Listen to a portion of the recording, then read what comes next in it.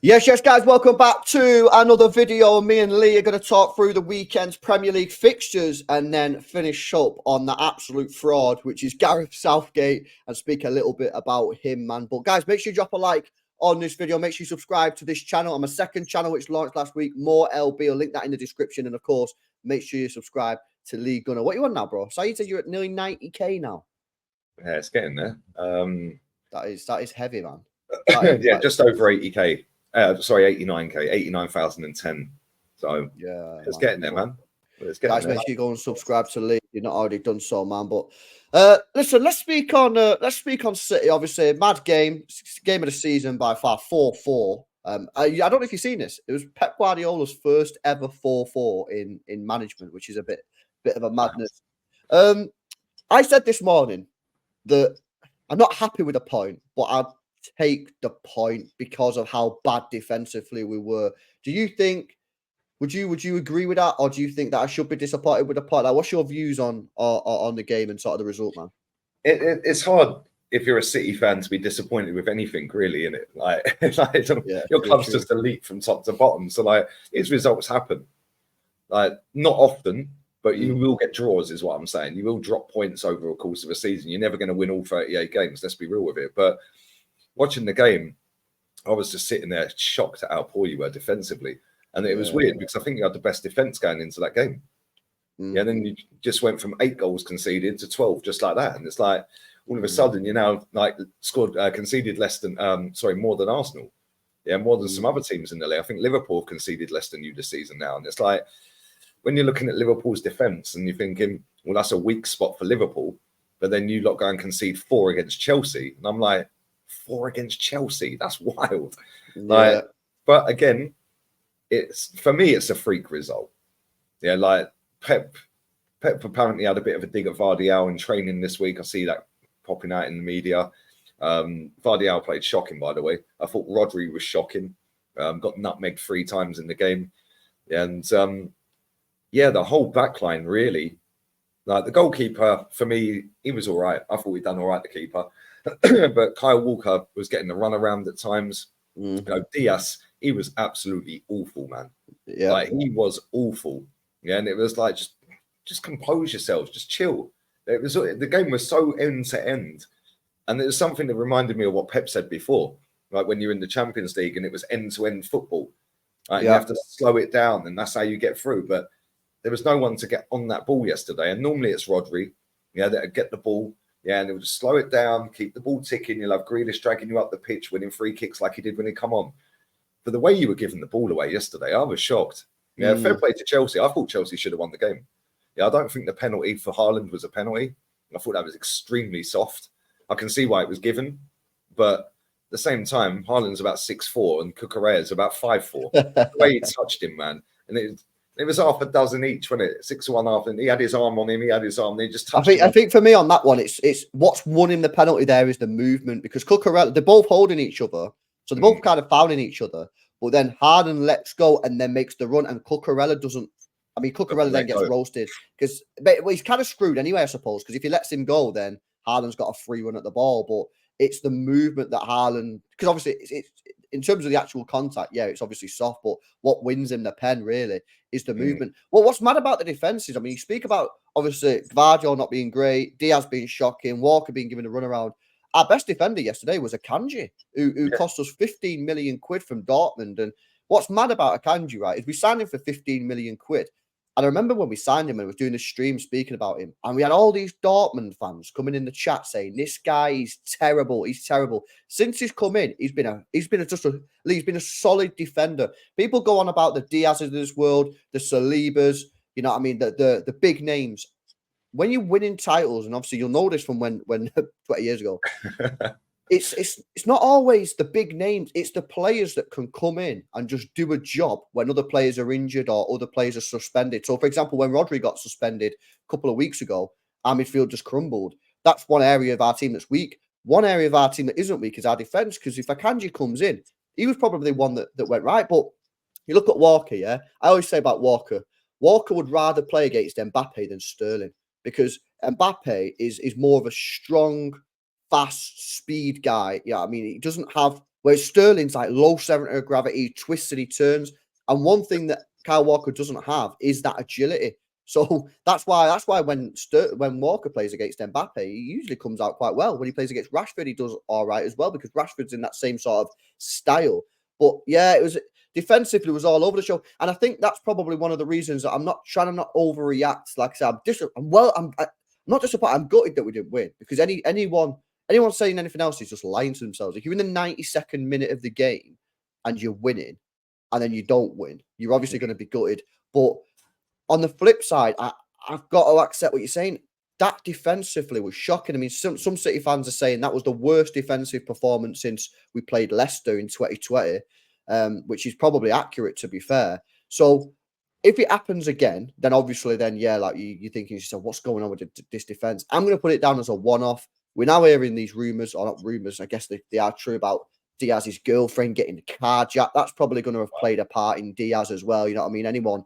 That happens to anyone's girlfriend, that's going to fuck you over. Oh, fact. I'm looking at the I'm looking at the table from exactly the same amount of games last season. Yep. You had scored 40 goals at this point last season and conceded 13. Well, you've conceded one less. So, but we've scored a lot less though than that, haven't we? You've scored a lot less. Yeah, how many you scored this season? 32. So 8 goals less. Yeah, 8 goals behind on that, but you're one better off defensively. But was we top of the league slightly as well, or no? No, we were top. We were on 30 points. You were on 29. So you're only 1 point off of where you were last season.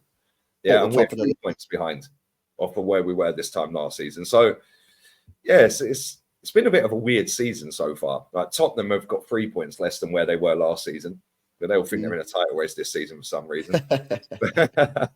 But yeah, when you look at the amount of goals you've scored this season in comparison to last season, the goals are not there. And listen, you still scored a lot of goals. You're still the top scorers in the league. Yeah, but you're 8 goals worse off. Is that because Kevin De Bruyne's not in there, just getting up and down the pitch, scoring goals, whipping crosses in? Probably is.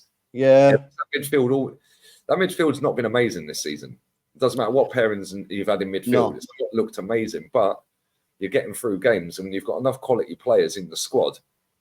And it's a myth, by the way. I want to say this. It's a myth, by the way, that you have a big squad. Yeah, because I've been looking at your benches every week. You had 2 youth teamers on the bench, Oscar Bob and Rico Lewis. You had 2 goalkeepers on the bench at the weekend. You had Kovacic. I think Ake was on the bench and Grealish was on the bench. And it's like, you ain't really got a massive squad. What you do have is just a quality core of 15 or 16. Correct. We have statistically, the smallest squad in the Premier League. But what happens is, right, so opposition fans always come at us with, we can't compete with City's squad. That is a coping mechanism for their clubs failing. And it is, because then I remember, right, I've been on Terrace before, and I've said this. People say we can't compete with City squad. I'll say, what squad? We have the smallest squad in the league. The comments in the chat will just rip into me, saying, "Oh my God, this City fan, what's he on about?"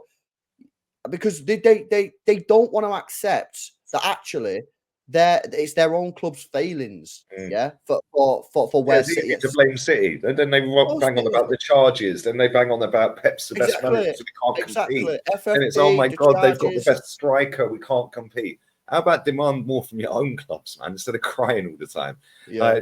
It's mad. It is actually mad. But yeah, let me see how many goals Arsenal had scored this time last season. We'd conceded 13, so we've conceded three less this season so far.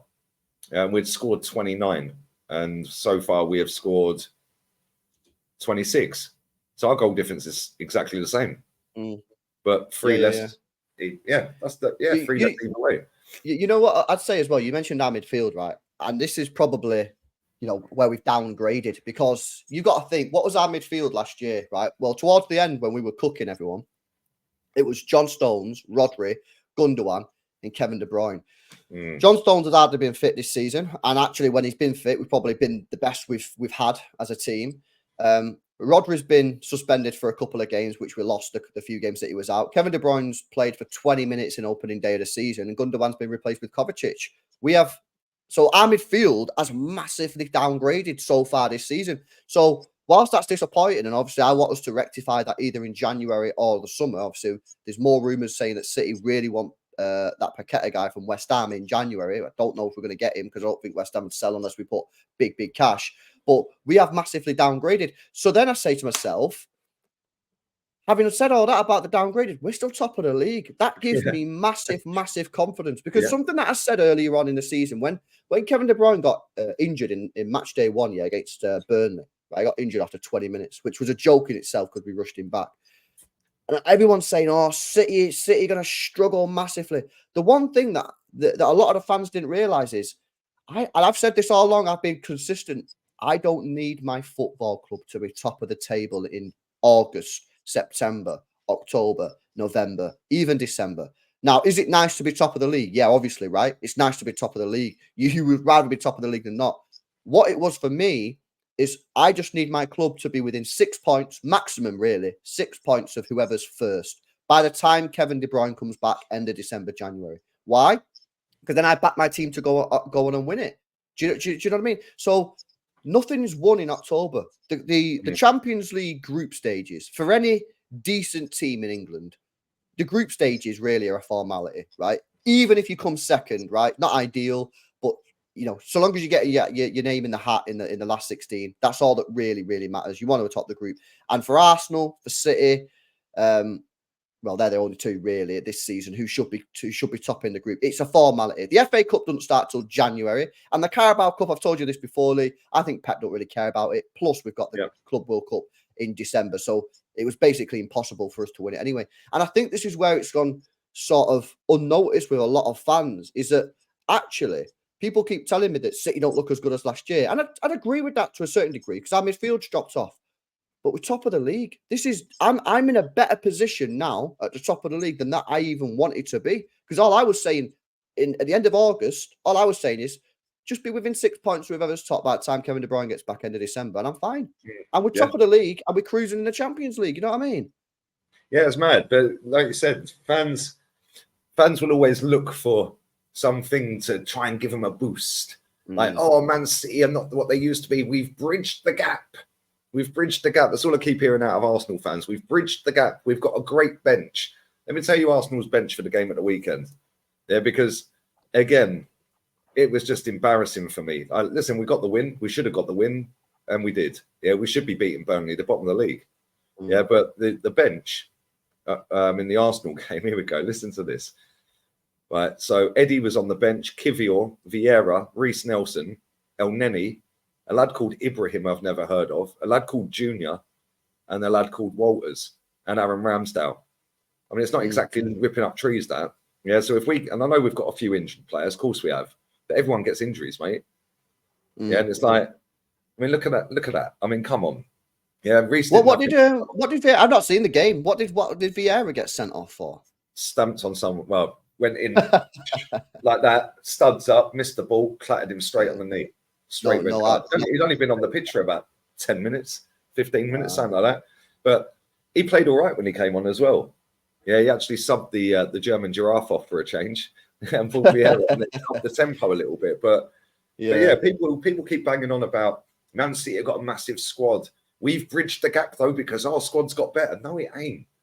It ain't got better. Thomas Partey, we can't rely on. We know he's going to be injured. Yeah, so you have to buy another midfielder. Yeah, okay, cool. We got Rice. But then we get rid of Xhaka and we bring in that German giraffe. Well, that's a downgrade.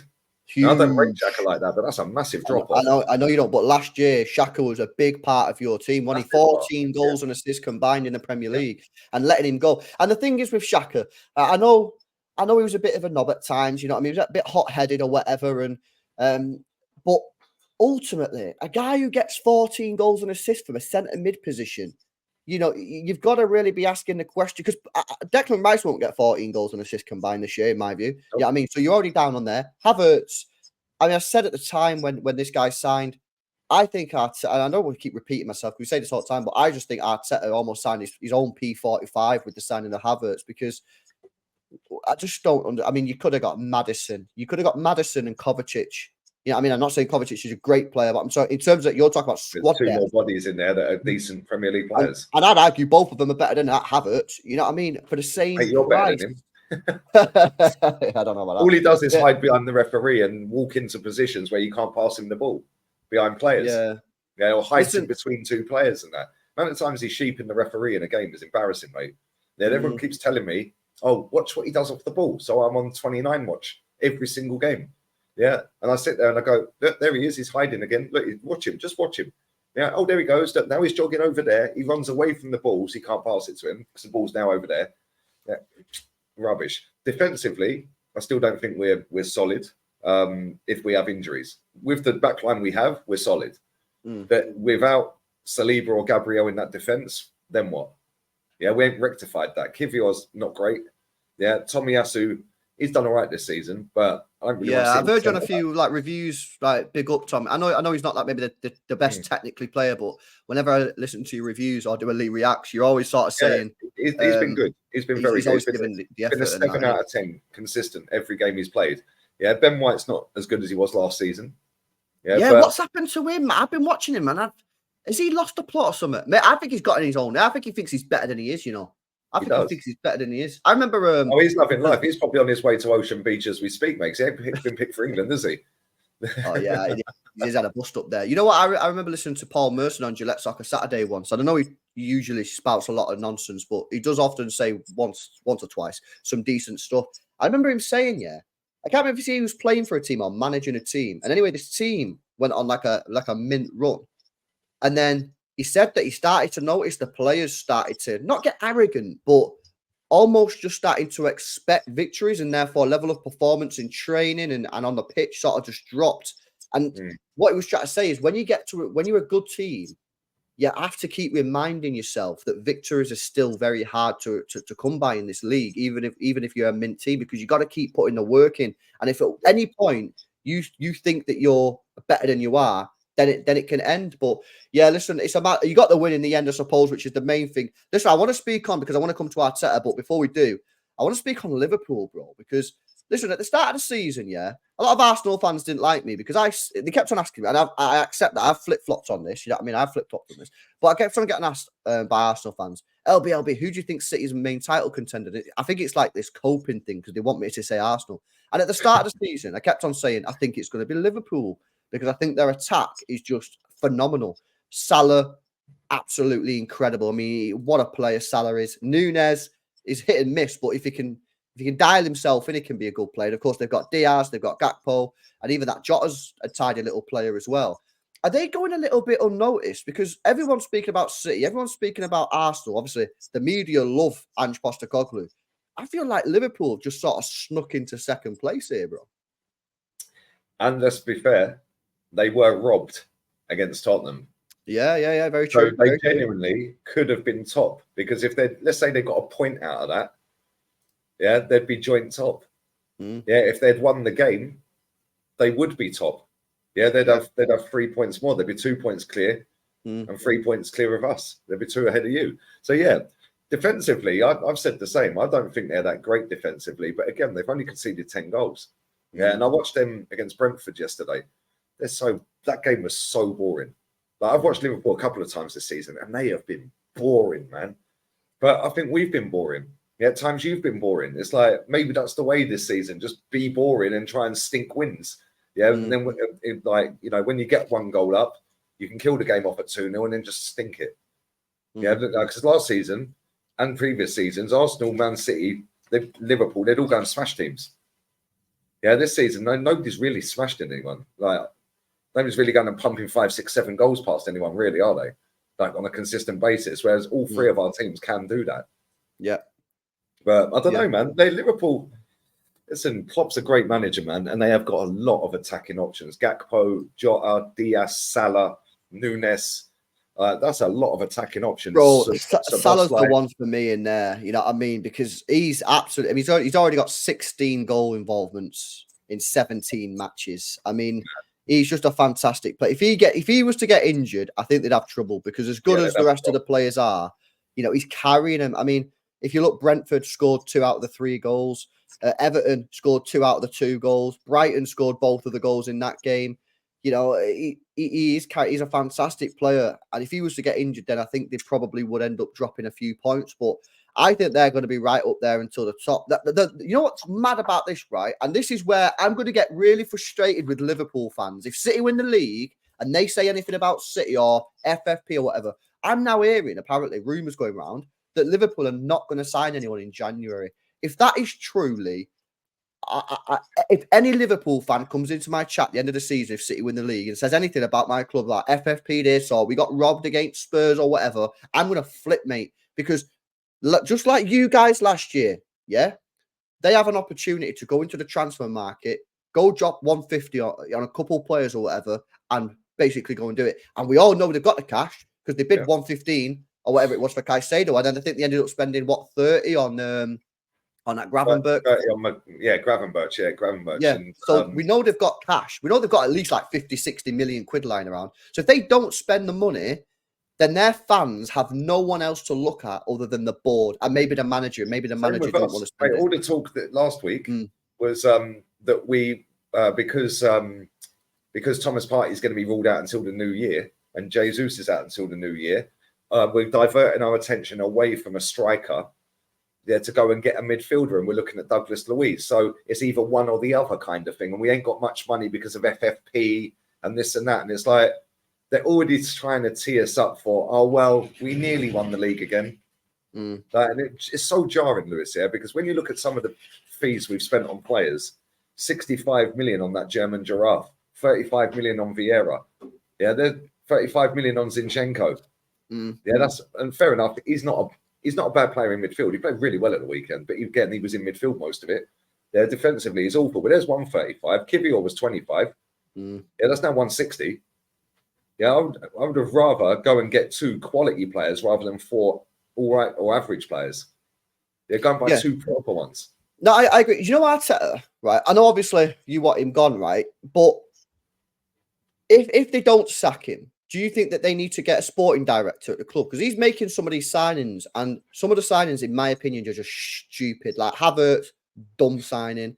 Like you said, Kivior, 25. I don't know why they spent.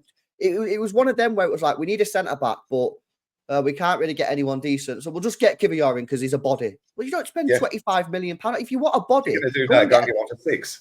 Or go, bro. Seriously, go get Johnny Evans on a free transfer if you want a body. Do you know what I mean? Yeah. But and then in the summer, go and get a proper centre. I just think that listen, I'd be Arteta out as well, especially with the signings he's made of Havertz. But if they don't sack him, the least they could do, in my opinion, is get someone in a transfer, sort of like a sporting director role. We've got Edu for that. Yeah, but does he know what he's doing, mate? Well, he signs Brazilians, mate. That's it. Like when he left Corinthians, was he at Corinthians? I think he was at Corinthians. Yeah, the Corinthians owner or board members or something said, good luck with him at Arsenal because it will absolutely ruin you. Yeah, I think it was Corinthians. I may be wrong. I think it was the sporting or technical director at the Corinthians or some Brazilian team. And their hierarchy, when he signed for Arsenal, went mad. Yeah, good luck with him, mate. Yeah, good luck with him. And the track record is rip up 11 contracts. We've ripped up a whole 11. A whole 11, bro. Right, of contracts. We can't get rid of them. Right? And he's been part of some of that. Right? And then we've signed 27 players in total. Yeah, cool. We're 1 point off the top. Fantastic. But we are so light in so many areas. It is crazy.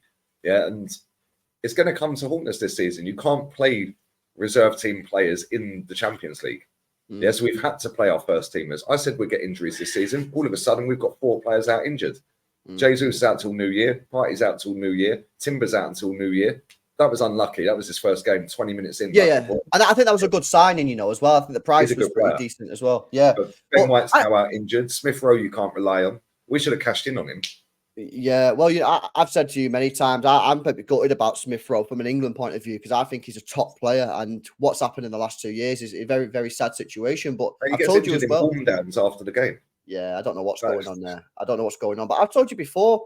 Some of the Arsenal fans don't even know their own club, because I remember last season, at the end of the season, or start of this season, saying, "Oh, Arsenal could struggle this year because they've got the Champions League." You don't know what you're talking. We had Europa League football. Go and have a look who played in Europa League matches. All the information's on. Tommy Yasu. Yeah. It was all your beat up. I think, because I've shown you the thing a couple of times. I think it was like 3 players. I think like Saka maybe was in your top 10, Odegaard and Gabriel Magalhaes. I think that was pretty much it. Everyone else was like your B players. And that was the players that were deemed thin squad that are still the same players on our bench week in, week out. Yeah. And it's like, how has it gone from a thin squad to now we've bridged the gap? with the same players. Honestly, listen, we're doing all right. We're up there. Yeah, we're cool. We're up there. But it's only 12 games. We were top of the league for pretty much, 247 days or whatever? That's heavy, 93% of the season, 94, something like that.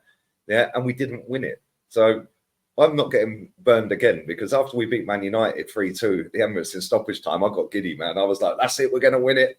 We're going to win it. I ain't doing that again this season. Even if it goes down to 3 games to go and we're 6 points clear, I'm still not saying it. Yeah, because we were 4 points ahead of 4 points ahead of Tottenham, and we were 4th, and there was 3 games to go, and we finished 5th. So it's weird, man. But we have to go out in January. Liverpool have to go out in January. I think you need to buy in January. You definitely need another midfielder. Definitely another midfielder. I think defensively you've got enough cover of players there. Rico Lewis can play in midfield. Yeah, that's where he used to play in the academy, wasn't it? But Paqueta's the one apparently we're looking at, but I just don't know if West Ham are going to sell him, man. You know what I mean? I just don't think. Why would you sell him? The other night, I did a watch along for their game the other night. Good goal, wasn't it? One of the worst games ever. He scored the goal, great little volley into the goal. Yeah, and he grabbed the shirt, grabbed the badge, and pointed to the badge and went like this, as if to say, "I'm staying here." Like kind of, but I don't know. These players. That's because he has to stay there, because no one's going to buy him, the idiot. You know what I mean? Because he's gambling charges. What's he on about, mate? But yeah, listen. Apparently, City want him. I don't see us getting him in. Maybe we'll go back in for him in the summer. You should go for Dani Olmo. He's a good player, man. We were linked with him, but I think City basically before they got Nunes, I think we went to where's he at? Leipzig. I think we went to him and said Dani Olmo, we're interested, and what the sort of rumours that come out was that they would have been open to selling him, but they'd already lost Gvardiol and they'd already sold Szoboszlai to Liverpool. So I think it was kind of like we can't really sell him this transfer window because we've already lost 2 players. Maybe come back next year. But I think Man City ain't going to go sitting there going, right, hustle and buy it. It's like, okay, cool, see you later. Next. We don't really operate like that. Listen, guys, make sure you drop a like on the video. Make sure you give us your comments and subscribe to both of the channels, League on It and myself. Just before we wrap up, bro, Euros coming up in the summer. And listen, I've got to be real with you. Yeah, I don't know if I'm deluded. For me, the England squad on paper, top 2, top 3 teams in the tournament. Unfortunately, manager on paper, bottom 3 teams in the tournament. For me, I've been in a weird situation. I don't think Southgate's good enough to manage this England squad. I don't think he ever was. He probably was the right manager at the time when we was in a mess, but then after that, he got the job for way too long. For me, he needs to go, whether that's now or after the tournament. Do you think you could sack him now, given the fact the tournament starts in 8 months, 7 months, whatever? Would you sack him now, or do you think that you've kind of left it too late? You've got to give him the tournament. But then for me, it's sort of like you don't just give managers the tournament because it's too late. Like there's only so many tournaments players have, so just get rid of him and bring someone. The guy's bottled the Euros. He's bottled a World Cup, and you're right. I agree with you. I think on paper, I think only France are better than us. Yeah, I'd go with that. And I think we've got the best squad of players after that. But again, the manager. It looks like he should be on concierge down at the Dorchester. Honestly, or a bank manager or something. He is not an inspirational. You don't look at him and think, "Oh, I'm inspired to play for him." Yeah, but he speaks well. His PR is great. Yeah, he doesn't ever. You never see him out in trouble. He ain't with the fake shake and all of that stuff like Big Sam was. Like, he's clean and tidy, prim and proper. He says the right things in a press conference, and that's what they want. They want somebody to do that. But he's a yes man, though, isn't he? 100%. And the thing is, I'd sack him. Yeah, I think if you sacked him now, you give yourself a massive opportunity to go and win that. And do you know what's crazy? Yeah, there'll be managers getting sacked between now and the end of the season. So you could sack him after this international break. When's the next international break? I think it's February, isn't it? January. So there is still time. Maybe if you get past January, is it January? Yeah. Yeah, January. Yeah. Maybe if you get past January, I can maybe then start to see more of an argument to maybe not sack him. But there's still time. There's still time to sack him and give a new manager a couple of games, 2 weeks or whatever, with the players. Who would you get? Because I've had this conversation with my chat quite a lot. For me, there's 2 routes you got to go. You either go English, but then you've got to accept that you're probably still not going to win anything. But if you're going to go English, you've got to get a manager that plays good football. So whether that's Eddie Howe, Graham Potter, or someone like that. But in that situation, for me, you're still getting a manager that's probably not going to win you anything. or you've got to go bigger egos than he is. He has to be the biggest ego. Exactly. Or you go for someone who's not English, plays a little bit more dead football, but has got a proven pedigree. So the name that I'd throw out there would be Mourinho. Someone like I don't think he's having a great time at Roma. I think you could get him out there quite easy. And actually, I think he'd love the job. Where would you go? Would you go for an English manager, play well, but probably not win anything? Or would you go non-English, serial winner? Where would you go? Ian Dowie, my old man said. Selling insurance, so he's available. He sells insurance. Is that his job? He's actually selling insurance. Wow, what a decline! Mad. I'd go for Jose as well. Yeah, I love Jose. I think he'd just absolutely shithouse his way to winning that. Yeah, and you know that when you come up against a big nation like a France or someone like that, you know that he's going to come up with a tactic to beat them. Yeah. Whereas when we watched that game, if Harry Kane scores the penalty, it's a different game. Yeah, but I think if that was Jose in that, in that it was the Euros against Italy in that final, Jose wins that. 1-0 up, he's winning it. Shut up shop, job done. Yeah. And I do think he's going to be leaving Roma soon. They're not doing great, are they? So I think we could get him. Yeah, I agree with you. I think he'd like the job. Yeah, I think the England fans would back him as well, because even though he's a bit of a knob, Mourinho, I think even though like he's managed United and he's managed like Tottenham and Chelsea, so like he's not a particular manager that Arsenal fans will typically like, given he's managed the rivals. He's had some beef with Wenger over the years. I think actually that a lot of England fans would actually welcome him in my view. I don't know whether that's maybe just me being a bit weird on that. I think most people would accept it. It's whether they accept a non-English manager, but we've had non-English managers in the past. I just want to win something, man. I think if England won a trophy, mate, it'd be unreal. Can you imagine the scenes?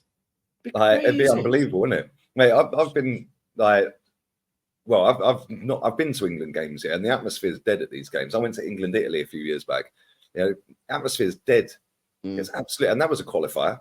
The atmosphere is dead. Imagine if we actually won something, man. Every game after you've won that, the atmosphere would be rocking. It'd be absolutely rocking. I think we need a serial winner, but then it's like Conte's available. Yeah, well, Conte could maybe win this one. I don't know. He's sat around doing nothing. Jose, we need a manager like that. We need somebody Mourinho, a little bit pragmatic at times, and a little bit like can switch it up depending on what team he's playing against. Because we're playing Macedonia on Friday, mate. We're going to go and batter them. Like, what's the point? Yeah, but you also need a manager that plays respect. And we've had this conversation about Ten Hag. You know what I mean? And like, I'm sure all the players like Gareth Southgate, but it's like him because he's just a nice guy. You know what I mean? What we need is players to be in the dressing room thinking, like, what he's telling me, the tactics that this manager is telling us as a team are going to win us this tournament. When we played Italy in that final, and Southgate was given the tactics before the game. Truly, I'm not saying it's been nasty here, but truly, how many of those players sat there and went, "This manager's tactics here, this is going to win us the game." Oh yeah, we're going to win this, lads. And if you think most of the players that play for England, at that time we're playing for Arsenal, City, and Liverpool, Tottenham, like playing for big clubs, Chelsea, like they're playing for decent sized club and big clubs with decent managers. Yeah, and like you're listening to Jose one week, and then you go and listen to Southgate the next. You're listening to Pep Guardiola one week, then you're listening to. I mean, come on, man. Then they're just looking at him thinking, mate, you're lucky you still got this job. And like, listen, they're all trying. Of course they are. They're trying to win a tournament. Yeah, but at the same time, that manager ain't good enough, mate. Yeah, and until he goes, England ain't winning nothing. So your pick would be Mourinho, would it? After that, I'd take Mourinho or Conte in a heartbeat. Yeah, I'd go Mourinho. I understand why some people might want to keep it as English, but for me, if you do that, you got to accept that you're probably still not going to win anything. So I'd rather go Mourinho. Yeah, the football might be less good than an Eddie Howe or a Graham Potter, but at least we could potentially win something. We'd be going into games thinking we can win this game, we can win this tournament. Yeah, we got Jose, and then if he gets to the final, he's only ever lost one, isn't he? Like that was the Europa Conference League. Well, Europa League, sorry. And you know what, as well with Mourinho, I think his years in club football are over. I think he's spent now in club football. I think it's time is right now for Mourinho to enter the international management, and I think he would thrive as the England manager. And I think England managers would back him, bro. So yeah, let's see what happens. Anyway, a couple boring games for England coming up, so we'll have to see what happens in that one. What's he saying? It's then Gary Johnson, the Torquay manager. Give it to him. Oh, He's going to get potted by Torquay this week. He's getting sacked apparently. So yeah, he's available. Yeah. But mate, every single game in this international break, I looked earlier before we did the show with Saeed. Every single game is rubbish. There's no big nation versus big nation. It's boring, man. It's dead. And the thing is, I said this before. Yeah, I don't know if you agree on this. I know we're going to wrap up here, but like I said before, why don't you just put the top 16 nations that are in order, like 1 to 16, just put them all straight in, and then let everybody else fight it out for the remaining 16 spots. Yeah, for the tournament. Like, what's the point? Because San Marino are playing Kazakhstan. I mean, is anyone even? We're probably going to have more people view this video than are turning up to watch that. Yeah, I mean, very, very probable. I don't know exactly how I do it, but I have previously said that I think there should be a separate qualification process for the lesser teams. I'm not saying that as a disrespectful way. I'm saying it so like teams like Northern Ireland can actually qualify for a tournament. I'm saying so San Marino can actually qualify for a tournament because they're playing teams in and around them, and they're not just getting smacked up 7-0 against England. Because let's be honest, England beat San Marino 7-0. No one cares. No one's buzzing. I ain't coming up. We were beating them 7 years ago when Seaman was in goal. Like, you know what I'm saying? Luxembourg and Liechtenstein, and like, get in the bin, man. I definitely think it needs to change, man. And yeah, that would help the smaller countries. I'm all for it. I think it'd be a great opportunity to have some of them nations in the major tournaments. But listen, we're gonna wrap it up. Hopefully you guys enjoyed the video, man. Lee, what you got coming out on the channel? Tell us about the Henry Wright challenge, bro. What's going on? Poor old Henry Wright. It not only, Dorito. We're going to call him Dorito Boy from now. Not only has he got 2 names of Arsenal's 2 top goal scorers as his actual name, Henry and Wright. Yeah, I've never noticed that. That's unfortunate, that, isn't it? Wow. Yeah. Very unfortunate. Then he's got to sit in an Arsenal shirt this evening doing the 1 chip challenge. And if anybody doesn't know what that is, it is the hottest Dorito-like chip in the world. It is laced in Carolina Reaper chili. And you're not allowed to have anything past your lips after you've eaten that for 5 minutes. Otherwise, you failed the challenge, apparently. So I've told him, and he's bottling it. Right? I said, no, you're not allowed to. He said, no, I can't do 5 minutes. Can't I? I said, mate, you don't even know what you're letting yourself in for. I said, if you don't do it for 5 minutes, you failed, which means you have to do it again because you ain't lived up to the bet. And do you know what's even more funny? The bet came around because he offered me a bet, right? And that bet was, right, that Arsenal would lose at home in any competition before Tottenham do. And I'd have to eat a Carolina Reaper chili on its own, yeah? Right? I said, cool. You have to do the chip challenge then. He said, yeah, I'll take that. Then they lost to Chelsea. And on that game, our TikTok editor, bet him that Chelsea had beat him. And he said, no. He goes, if they do, I'll wear an Arsenal shirt. Why does he do this to himself, man? So yeah, 6 o'clock tonight on Henry Wright TV. Before that, I'll be on with Kenny and Jez, and I'll have a video out on Lee Reacts later as well. Yeah, man. Yeah, it's all about those second channels, man. Lee Reacts. Make sure you subscribe to that one. I launched mine last week. More LB. We'll link them all in the description anyway, man. Go check them one. I got a video on Rico Lewis on the More LB, so that should already be out. So go and check that one out. But listen, we're gonna wrap it up. I want your thoughts, especially on this England stuff. Give me your thoughts in the comment section below, people. Yeah, are you Southgate in? Are you Southgate out at this moment in time? Do you think it's too late to sack him? And if we do sack him, who would you get? Would you go down the English manager route, the Graham Potter, the Eddie Howe, or maybe another name that we've not spoke about? Or would you go and get a non-English but proven winner? Lee spoke about Conte. We spoke about Mourinho as well. Give us your comments down below. Smash a like, subscribe to the channel, and people, I'll see you in the next one. See you later. Southgate out.